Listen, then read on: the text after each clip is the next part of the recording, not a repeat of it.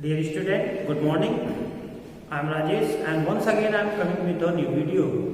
And this video related to the same topic as we read last 2 or 3 days before. The chapter name is The Making of National Movement. Dear student, अपने इस video में मैं आपको एक summarise देना चाहता हूँ कि अभी तक हमने क्या पढ़ा है और किस तरह से नेशनल मूवमेंट जो है एक दूसरे से लिंक करते जाते हैं। एक समराइज कर रहे हैं। अभी तक हमने देखा जो 1870 से देख रहे हैं कि नेशनल मूवमेंट कैसे नेशनलिज्म उत्पन्न होती है। हम मॉडरेट और रेडिकल्स पढ़ते हैं, फाउंडेशन ऑफ आईएनसी पढ़ते हैं जो 1885 में होता है, और कैसे प्रारंभिक ईयर्स में वो मॉडरेट होते हैं लेकिन वही कांग्रेस आगे जाकर के और दो डिफरेंट जो हैं आप कह सकते हो कि कैटेगरी में डिवाइड हो जाते हैं। कुछ जो हैं रेडिकल्स जिसको एक्सट्रीमिस्ट कहते हैं, जो गरम दल कह सकते हैं, जिसमें विशेषकर लाल बाल और पाल का नाम आता है, लाला लाजपत राय, बाल गंगाधर तिलक एंड बिपिन चंद्र पाल। ये 3 अलग अलग प्रोविंसेस हैं, पंजाब है, बंगाल है और महाराष्ट्र है। उसके बाद हम बात करते हैं कि खिलाफत एजुकेशन कैसे आता है, खिलाफत कैसे टर्की का जैसे फर्स्ट वर्ल्ड वॉर होता है और ब्रिटिश जीतते हैं और टर्की पे बहुत सारे जो है टेरिटरी जो है लगाए जाते हैं, ऐसे संधि किए जाते हैं जो उनके अगेंस्ट होते हैं। और टर्की के जो सुल्तान है जिन्हें हम खलीफा कहते हैं, तो खलीफा के कुछ स्कैर्ड प्लेसेस को ब्रिटिश जो है खाली कराते हैं। खैर उससे हमारा डायरेक्ट कनेक्शन तो नहीं है क्योंकि वो तो टर्की की बात है, लेकिन जैसा मैंने आपको बताया था कि कोई भी रिलीजियस अगर प्रॉफिट है तो उसका रिस्पेक्ट और उसका ऑनर समान रहता है। जैसे हमारे यहाँ पोप है, पोप कहीं के भी हो, सारी क्रिश्चियनिटी उनको एक ऑनर और एक बहुत ही प्रेस्टिजियस पर्सन मानते हैं। सिमिलर खलीफा भी जो है एक मुस्लिम कम्युनिटी के लिए बहुत ही रिस्पेक्टेबल थे। तो जैसे जैसे उनके ऑनर में कमी होती है यहाँ पे डिमांड होता है, क्योंकि ब्रिटिश यहाँ शासन कर रहे होते हैं इसलिए अपोज होता है, डिमांड होती है। गांधी जी ये शौकत अली और मोहम्मद अली इसकी शुरुआत करते हैं और मुस्लिम लीग इसमें इंक्लूड होता है। तो महात्मा गांधी इसको बहुत ही अच्छे अपॉर्चुनिटी के रूप में देखते हैं कि यहाँ से हम एक दोनों मुस्लिम लीग को और कांग्रेस दोनों साथ मिलकर के और नेशनल मूवमेंट के लिए एक बहुत ही स्ट्रेंथ के साथ, शक्ति के साथ अंग्रेजों का ब्रिटिश का मुकाबला कर सकते हैं। तो वे कांग्रेस से आह्वान करते हैं कि खिलाफत आंदोलन को सपोर्ट करें। इसके बाद वे अपना जो आंदोलन स्टार्ट करते हैं, असहयोग आंदोलन, नॉन कोऑपरेशन मूवमेंट, जो कि 5 फरवरी 1922 को विड्रॉल कर लिया जाता है। जैसा कि आपको पीछे वीडियो में बताया गया था कि ये सारी चीजें जो नॉन वायलेंस होता है, लेकिन आपके स्टेट में जो बहुत प्लेस है, चौली चौड़ा है वहां पे और ऐसी बहुत सारी जगहों पे अलग अलग ये जो आंदोलन है वो हिंसात्मक हो जाता है। रीजन भी आपको बताया गया है क्योंकि गांधी जी की जो प्रिंसिपल्स हैं या गांधी जी का जो इसमें प्रिंसिपल होता है, लोग अपने अपने तरीके से इंटरप्रीट करके और इस आंदोलन को चलाने लगते हैं। जैसे ट्राइबल्स अलग चलाने लगते हैं, खेड़ा के जो प्रेजेंट्स हैं वो अलग चलाने लगते हैं। तो इस तरह से ये वायलेंट होता है। तो गांधी जी को ये विड्रॉल करते हैं 5 अप्रैल 1922 को, जो एक इंसिडेंट होता है चौरी चौरा में, जो हिस्ट्री में चौरी चौरा इंसिडेंट के नाम से फेमस है। फिर गांधी जी को और बहुत सारे कांग्रेस लीडर को इसका जिम्मेदार ठहराया जाता है और उनको गिरफ्तार कर लिया जाता है। इसी बीच में आरएसएस और कम्युनिस्ट पार्टी की स्थापना हो जाती है, जो कांग्रेस की अनुपस्थिति में, क्योंकि बहुत सारे लीडर जेल में होते हैं तो ये लोगों को स्वयं सहायता यानी हेल्प करते हैं, सेल्फ हेल्प करते हैं। इसी बीच में रिवोल्यूशनरी मूवमेंट भी स्टार्ट होता है। जो रिवोल्यूशनरी मूवमेंट के कुछ लीडर होते हैं, भगत सिंह होते हैं, चंद्रशेखर आजाद होते हैं। तो इसी क्रम में हम आते हैं 1930 की तरफ और वो है द मार्च टू दांडी। अब ये दांडी क्या है? मार्च का सेंस है कि एक लार्ज मूवमेंट जहाँ बहुत सारे लोग एक साथ चलते हैं, चलने को हम मार्च कहते हैं। देखते हो ना जब ग्रुप में लोग चलते हैं तो उसको कहते हैं मार्च पास्ट कर रहे हैं। तो सिमिलर मार्च टू दांडी, एक लार्ज पीपल, एक मास पीपल जो है वो कहाँ जाता है? दांडी। दांडी क्या है? तो दांडी गुजरात में एक कोस्टल एरिया है, टाउन है। कोस्टल टाउन एक समुद्री इलाका है जहाँ पे साल्ट वगैरह बनता है। तो ये आपको पता है कि गांधी जी का आश्रम साबरमती होता है, तो ये साबरमती से चल के और कहाँ जाते हैं, दांडी जाते हैं, लगभग 240 माइल्स 240 किलोमीटर से भी ज्यादा, और जाकर वो साल्ट ला को ब्रेक करते हैं। तो हम ये स्टूडेंट हम इस वीडियो में यही डिस्कस करेंगे कि साल्ट ला जो ब्रेक किया जाता है या फिर इसको दांडी मार्च कहा जाता है, एंड सिविल डिसोबीडियंस मूवमेंट, और इसके बाद हम डिस्कस कर लेंगे non cooperation quit India movement Bharat छोड़ो आंदोलन जो 1942 में होता है after during the second world war. तो फिर हम इसको स्टार्ट करते हैं कि द मार्च टू दांडी, ये मार्च टू दांडी है कि in 1930 Gandhi ji declared that he would had lead a march to break the salt. अब आपको ये समझ में आएगा कि गांधी जी दांडी मार्च ऑर्गेनाइज क्यों करते हैं और ये बार-बार साल्ट ला क्या है। तो साल्ट ला पहले समझ लो कि साल्ट ला गवर्नमेंट जो है, जो ब्रिटिश गवर्नमेंट इंडिया में रूल कर रही थी, हम उनके कॉलोनियल औपनिवेश थे, तो गवर्नमेंट के पास एक मोनोपोली थी कि वो स्टेट के पास ये राइट था कि वे साल्ट को फॉर्म करेंगे। अगर दूसरा कोई फॉर्म करता है तो उस पर बहुत ज्यादा टैक्स लिया जाता था, और जो गवर्नमेंट साल्ट को बनाती थी वो जैसे हम आज टैक्सेस देते हैं तो वो टैक्स के साथ साल्ट को बेचती थी, यानी नब में वो जो है टैक्स लगाया करती थी। इसी का अपोज करते हैं गांधी जी।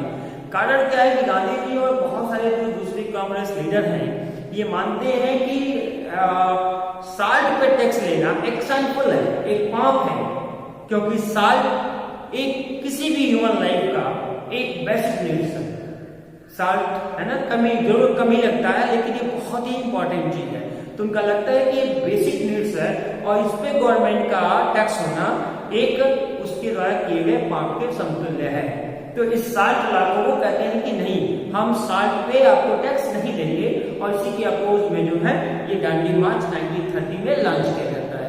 और गांधी जी जो है 6 अप्रैल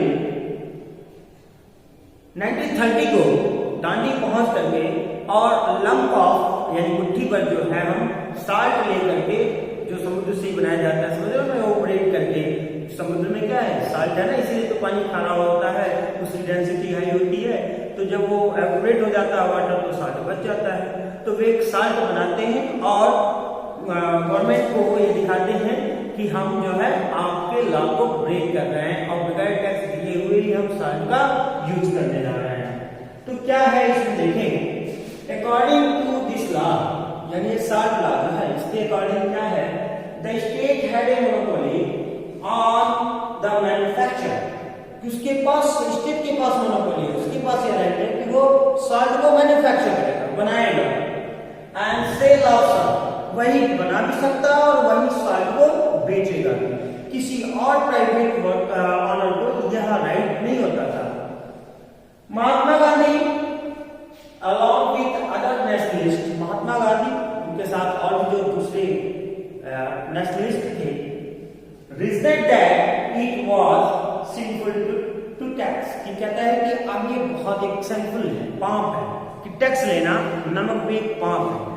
उनका क्या रीजन होता है कि साल्ट जो है एक बेसिक नीड्स है और इस नीड्स पे टैक्स नहीं लिया जा सकता है। इसी के अगेंस्ट में दांडी मार्च लॉन्च किया गया है। Gandhi ji and his followers march for over 240 miles. अब देखो एक चीज और देखो, डिस्टेंस समझ लो कि 240 माइल्स पैदल यात्रा होती है। इसमें 2-3 एजेंडे हैं जो आपको यहाँ क्लियर करेंगे कि Gandhi ji and his followers march for over 240 miles from Sabarmati to coastal town of Dandi. कि गांधी जी और उनके फॉलोअर्स, लगभग 78 फॉलोअर्स होते हैं, जिसमें सोची नायडू की साथ में होती है, ये लोग साबरमती से चल करके लगभग 240 किलोमीटर से भी अधिक दूरी है दांडी पहुंचते हैं। और वहां पहुंच के क्या करते हैं, on 6 April 1930 broke the government law by producing salt. और वहां पर समुद्र से जो है पहुंच के 6 अप्रैल को गांधी जी साल्ट बना करके, साल्ट निकाल करके और गवर्नमेंट लॉ को, इस साल्ट लॉ को ब्रेक करते हैं, एक शो करते हैं कि ब्रेक कर देना है। अब देखो इसमें काम क्या है कि आपने डिस्टेंस देखा है 240 किलोमीटर, तो आपको अगर गुजरात का हम मैप देखें, आप ध्यान देखिएगा तो साबरमती से और हम जाते हैं नीचे कोस्टल टाउन में दांडी की तरफ, तो इस बीच में गांधी जी जो है आप बहुत सारे लोगों से, बहुत सारे जगहों में जाकर और नेशनलिज्म उत्पन्न करते हैं, जिससे अब ज्यादा से ज्यादा लोग जो है गांधी की बातों को सुन पाते हैं, उनके विचारों को समझ पाते हैं, नेशनलिज्म की फीलिंग को समझ पाते हैं, और सबका एफर्ट होता है, पार्टिसिपेशन बढ़ जाता है कि जो यह मानते हैं कि हम इसका अपोज करेंगे और हमें पूर्ण स्वराज की मांग करना है। देखो एक चीज आ गया, पूर्ण स्वराज। पूर्ण स्वराज दिसंबर 1929 में सबसे पहले एक लाहौर अधिवेशन होता है। उस लाहौर अधिवेशन में जो प्रेसिडेंट होते हैं पंडित जवाहरलाल नेहरू, वो पूर्ण स्वराज की मांग करते हैं। पूर्ण स्वराज का मतलब होता है कि अब उन्हें कोई किसी तरह का पूर्ण रूप से स्वायत्तता चाहिए, पूर्ण रूप से स्वतंत्रता चाहिए, अब उनको डोमिनियन फॉर्म में नहीं चाहिए, पूर्ण रूप से स्वतंत्र होना चाहिए। गांधी जी मानते हैं कि ऐसा नहीं है कि पूर्ण स्वराज आसानी से आ जाएगा, आसानी से चल के तो आएगा नहीं, अंग्रेज इतने भी आसान नहीं है कि आपको पूर्ण स्वराज देने को रखे, तो इसके लिए हमें संघर्ष करना पड़ेगा। यही एक रीजन होता है कि वो दांडी मार्च को लॉन्च करते हैं, और यही आगे जाकर के सिविल डिसओबीडियंस मूवमेंट भी लॉन्च हो जाता है। अब गांधी जी अनेक प्लेसों से ड्यूरिंग अपने जो साबरमती से और दांडी की तरफ जाते हैं, तो अनेक प्लेसेस पे मिलते जाते हैं।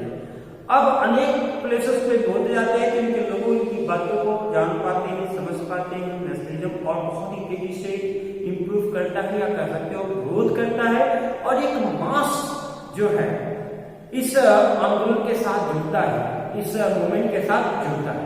तो अब हम ये नेक्स्ट पॉइंट यही पढ़ेंगे, पीपल पार्टिसिपेशन, यानी पीपल का इसमें क्या योगदान रहता है। अभी तक देखो देखो कि लोग अभी तक जो भी मूवमेंट चले हैं, उन मोस्टली जो है वो सिटी में, शहरों की तरफ ज्यादा लोग पार्टिसिपेट किए हैं।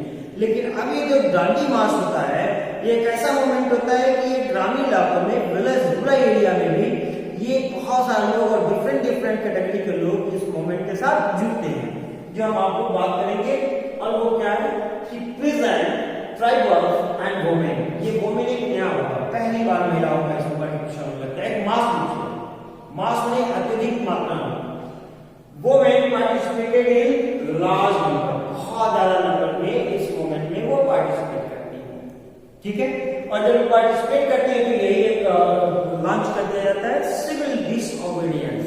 सिविल मींस नागरिक, डिसओबीडियंस माने आज्ञा, कि वे अब गवर्नमेंट के आज्ञाओं का अनादर करना शुरू कर देते हैं, आज्ञाओं को मानने का इनकार कर देते हैं, उनके लॉ को मानने से इनकार कर देते हैं। उसका एक एग्जाम्पल आपका साल्ट लॉ होता है। अब इसके लिए क्या करता है कि आसानी से तो ब्रिटिश बैठने वाले नहीं है, इसके लिए और भी होता है कि जो न्यूज़पेपर्स होते हैं उसमें बहुत ही पंपलेट्स होते हैं, इसमें साल्ट इशू को बहुत ही व्यापक पैमाने पे उठाया जाता है, और एक मास नेशनलिज्म जो है अपनी कंट्री में तेजी के साथ ग्रो करने लगता है।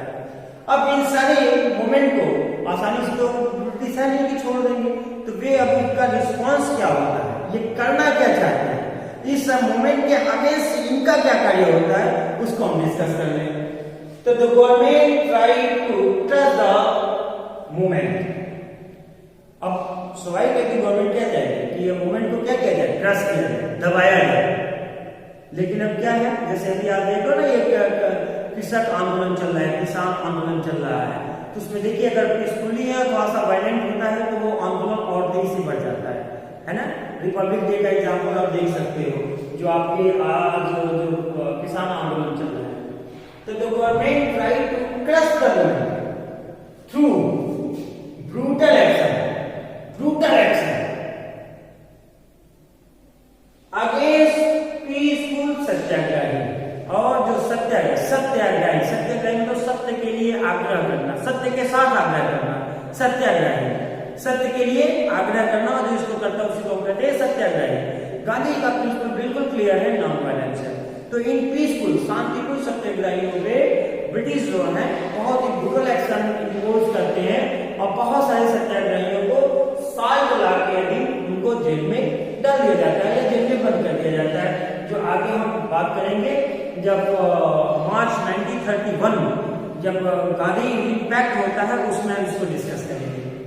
अब होता क्या है कि इस बीच में बहुत सारे आंदोलन चल रहे होते हैं, तो गवर्नमेंट भी प्रेशर में आती है, और गवर्नमेंट भी प्रेशर में आती है तो थोड़े बहुत वो जो है आपके साथ उनको भी रियायत देने के लिए सोचने लगती है कि किसी तरह से भी चलो भाई ये आंदोलन को समाप्त करें। जैसे आज आप न्यूज़पेपर पे देख रहे हो तमाम तरह के डिबेट का ऑफर जो है गवर्नमेंट देती है किसानों के लिए, ठीक है आइए भाई इस कानून के बारे में जो आपको दिक्कत है हम मिल बैठ के दूर करें और एक बीच का रास्ता निकालें। तो सिमिलर ये कब करती है गवर्नमेंट जब प्रेशराइज होती है तब। तो इन मूवमेंट से अब ब्रिटिश गवर्नमेंट भी प्रेशराइज करती है, और प्रेशराइज हो जाती है तो वो एक बीच का रास्ता निकालती है, और एक बहुत इंपॉर्टेंट चीज आती है the government of India act 1935 में एक गवर्नमेंट इंडिया एक्ट आती है। अच्छा ये इंपॉर्टेंट इसलिए है क्योंकि हमारे कॉन्स्टिट्यूशन की बहुत सारी बातें इस गवर्नमेंट ऑफ इंडिया एक्ट से ही ली गई है। अब इस एक्ट में देखो क्या होता है कि प्रोविंशियल ऑटोनॉमी, प्रोविंशियल ऑटोनॉमी का मतलब होता है कि जो स्टेट कह सकते हो, आज प्रोविंशियल को हम स्टेट कह सकते हैं, कि जो स्टेट है उनकी ऑटोनॉमी स्वायत्तता थोड़ी मिल जाती है। अब वो सेंट्रल या पुलिस के बहुत ज्यादा नहीं जाती है, तो उनकी जो स्वतंत्रता ज्यादा मिल जाती है। दूसरा इस एक्ट के तहत क्या आता है कि government announce election to legislator in 1937, और गवर्नमेंट ये अनाउंस करती है कि लेजिस्लेटर के इलेक्शन 1937 में हल किए जाएंगे। अच्छा अब इस इलेक्शन का इम्पैक्ट बहुत ज्यादा होता है कि Congress form government in 7 out of 11 provinces, 11 provinces में चुनाव होता है, और 11 प्रोविंसेस में 7 सीट पे कांग्रेस को कैंडिडेट विक्ट्री विजयी होते हैं और वो गवर्नमेंट फॉर्म करती है। वो इस बात को इंगित करता है कि लोगों का जो सपोर्ट है वो किसके साथ है, या लोगों की जो सहमति है वो कांग्रेस के साथ है। ठीक है, अब देखो इसी बीच में मार्च 5 1931 को गांधी इम्पैक्ट हो जाता है। जब ये सिविल डिसोबीडियंस मूवमेंट चल रहा होता है तो बहुत सारे जो है कांग्रेस लीडर्स को जेलों में डाल दिया जाता है। बहुत सारे सत्याग्रहियों को जो साल्ट लॉ को ब्रेक करते हैं, भाई गवर्नमेंट के लॉ को ब्रेक करेंगे तो उनके तरीके से तो ऑफेंस हो गया, जुर्म हो गया, तो इस जुर्म में वो बहुत सारे लीडर्स को क्या कहते हैं, बहुत सारे लीडर्स कांग्रेस के जेलों में ठूस दिए जाते हैं, भर दिए जाते हैं। इसी बीच में लगभग 8 दिनों तक गांधी और इरविन, लॉर्ड इरविन जो वायसराय होता है इंडिया का, उसके बीच में एक डिबेट डिस्कशन संधि बनती है, एक संधि होती है जिसको हम कहते हैं गांधी इरविन पैक्ट। इस पैक्ट के दिन कुछ बातें होती हैं जिसमें गांधी को अपने सिविल डिसओबीडियंस मूवमेंट को वापस लेना पड़ता है, विड्रॉ करना पड़ता है, अपने आंदोलन को वापस लेना पड़ता है। कुछ लोग इसका अपोज भी करते हैं और ये मानते हैं कि गांधी बहुत सारे आंदोलन को स्टार्ट कर देते हैं लेकिन उसके अंत तक नहीं पहुंचा पाते। ये एक राजनीतिक पॉलिटिकल जो है क्रिटिसिज्म होती है गांधी की, कि जैसे सिविल डिसोबीडियंस मूवमेंट भी हो गया तो गांधी इम्पैक्ट के द्वारा उन्होंने वापस ले लिया। आपका देखा है नॉन कोऑपरेशन मूवमेंट हो गया, सहयोग हो गया, वो आप देखोगे कि चौरी चौरा इंसिडेंट के बाद वो वापस ले लिया जाता है। तो बहुत सारे ऐसे आंदोलन होते हैं जिसमें एक पॉलिटिकल क्रिटिसिज्म गांधी की होती है। ओके, अब इसमें पैक्ट में क्या होता है कि ये अपना ले लेते हैं, साथ ही साथ इम्पोर्टेंट है कि सेकेंड राउंड टेबल कॉन्फ्रेंस जो होता है, द्वितीय गोलमेज सम्मेलन होता है, उसमें गांधी जी पार्टिसिपेट करते हैं। ठीक है, इस पैक्ट के लिए इसके बदले में गवर्नमेंट क्या करती है कि उन सत्याग्रहियों को या कांग्रेस लीडर को रिलीज करती है, एक्सेप्ट उन